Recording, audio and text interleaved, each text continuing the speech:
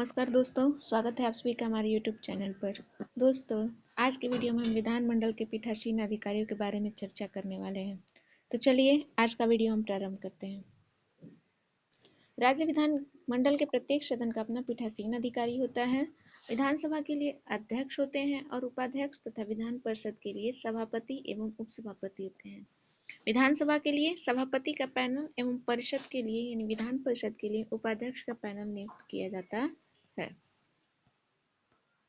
अब विधानसभा अध्यक्ष के बारे में देखें कि इनके सदस्य अध्यक्ष की नियुक्ति कैसे होती है, इनका निर्वाचन कैसे किया जाता है। तो विधानसभा के सदस्य जो होते हैं अपने सदस्यों के बीच से ही अध्यक्ष का निर्वाचन करते हैं। सामान्यतः विधानसभा के कार्यकाल तक वो अपने अध्यक्ष के पद पर बने रहते हैं, परंतु वह निम्न परिस्थितियों में अपने पद से त्यागपत्र भी दे सकते हैं। पहला यह है कि यदि उनकी विधानसभा की सदस्यता समाप्त हो जाए।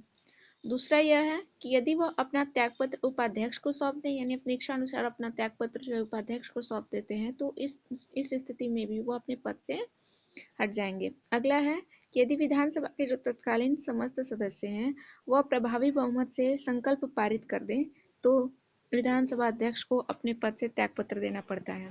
परंतु इस तरह का कोई भी प्रस्ताव लाने से पहले 14 दिन की पूर्व सूचना जो है विधानसभा अध्यक्ष को देनी पड़ती है। अब देखते हैं इनके कार्य और शक्तियों के बारे में। तो पहला यही है कि कार्यवाही एवं अन्य कार्यों को सुनिश्चित करने के लिए व्यवस्था, शिष्टाचार इत्यादि बनाए रखना अध्यक्ष की जिम्मेदारी होती है। इसके अतिरिक्त विधानसभा में कोरम यदि नहीं है, यानी 1/10 सदस्य उपस्थित नहीं है, तो वह विधानसभा की बैठक को स्थगित या निलंबित भी कर सकते हैं। इसके अतिरिक्त सदन के नेता के आग्रह पर वह गुप्त बैठकों को आमंत्रित करते हैं। वह इस बात का भी निर्णय करते हैं कि कोई विधेयक धन विधेयक है या नहीं। इस प्रश्न पर जो उनका निर्णय होगा, यानी जो अध्यक्ष का निर्णय होता है, वही अंतिम होता है। इसके अतिरिक्त 10वीं अनुसूची के उपबंधों के आधार पर किसी सदस्य की यदि निहत्ता को लेकर कोई सवाल या कोई विवाद उत्पन्न हो जाता है, तो उसका फैसला जो है हमारे अध्यक्ष महोदय, विधानसभा अध्यक्ष महोदय ही करेंगे। वह विधानसभा के सभी समितियों के अध्यक्षों की नियुक्ति करते हैं और उनके कार्यों का पर्यवेक्षण भी करते हैं। इसके अतिरिक्त वह कुछ समितियों के अध्यक्ष के रूप में भी काम करते हैं। अब देखते हैं विधानसभा के उपाध्यक्ष के बारे में। तो अध्यक्ष के समान ही विधानसभा के सदस्य अपने में से ही उपाध्यक्ष का भी चुनाव कर लेते हैं। अध्यक्ष का चुनाव संपन्न होने के बाद ही विधानसभा उपाध्यक्ष को निर्वाचित किया जाता है। अध्यक्ष की तरह उपाध्यक्ष भी विधानसभा के कार्यकाल तक अपने पद पर बने रहते हैं और वह निम्न परिस्थितियों में अपने पद को छोड़ सकते हैं। पहला यही है कि यदि उनकी विधानसभा सदस्यता समाप्त हो जाए। दूसरा है कि यदि वह अध्यक्ष को अपना लिखित इस्तीफा दे दे।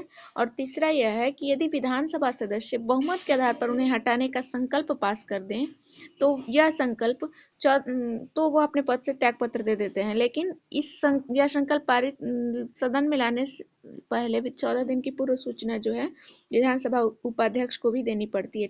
यही परिस्थिति जो है अध्यक्ष के लिए भी लागू होती है। इसके अतिरिक्त वह अध्यक्ष की अनुपस्थिति में सभी कार्यों को करते हैं। यदि विधानसभा सत्र के दौरान अध्यक्ष अनुपस्थित होते हैं, तो विधानसभा उपाध्यक्ष जो है वही उनके कार्यों को देखते हैं। अब देखते हैं विधान परिषद के पीठासीन अधिकारी। विधानसभा परिषद के 2 पीठासीन अधिकारी होते हैं, एक सभापति जी होते हैं और एक उपसभापति होते हैं। तो पहले विधान परिषद के सभापति के बारे में देखते हैं। तो विधान परिषद के सदस्य जो होते हैं अपने बीच से ही सभापति को चुनते हैं। सभापति निम्न 3 मामलों में अपने पद को छोड़ते हैं।